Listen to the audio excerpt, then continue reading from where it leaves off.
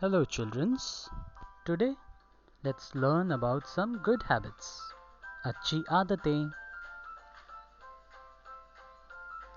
Wake up early. जल्दी उठो.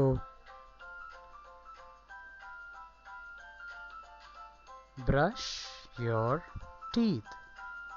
अपने दांत साफ करो. Wash your hands before and after food. भोजन से पहले और बाद में अपने हाथ धोएं. Do homework on time. समय पर होमवर्क करें. Share and play fairly.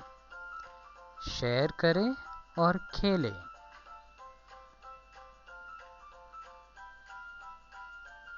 Listen to your parents and teachers.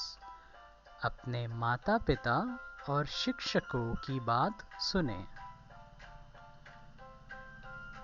Subscribe for more videos.